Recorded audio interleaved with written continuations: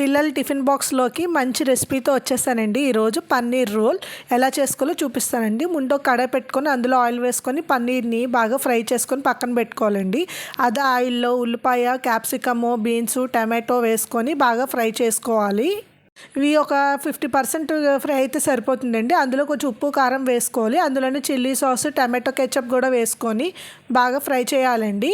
ఇప్పుడు ఇందులోని మనం ఫ్రై చేసి పక్కన పెట్టుకున్న పన్నీర్ని కూడా యాడ్ చేసుకోవాలి. అందులోనే కొంచెం పెప్పర్ పౌడర్ కూడా యాడ్ చేసుకొని కలుపుకొని పక్కన పెట్టుకోవాలండి. రోల్ కోసం మనం చపాతీని చేసుకోవాలండి. ఇలా రౌండ్గా మనం చపాతీని చేసుకోవాలి. పక్కన మన చపాతీ కాల్చుకోవడానికి ఒక ప్యాన్ పెట్టుకొని బాగా హీట్ చేసుకోవాలండి. చపాతీ వేసుకొని కొంచెం బటర్ వేసుకొని అటు ఇటు మనం బాగా కాల్చుకోవాలండి రోల్కి.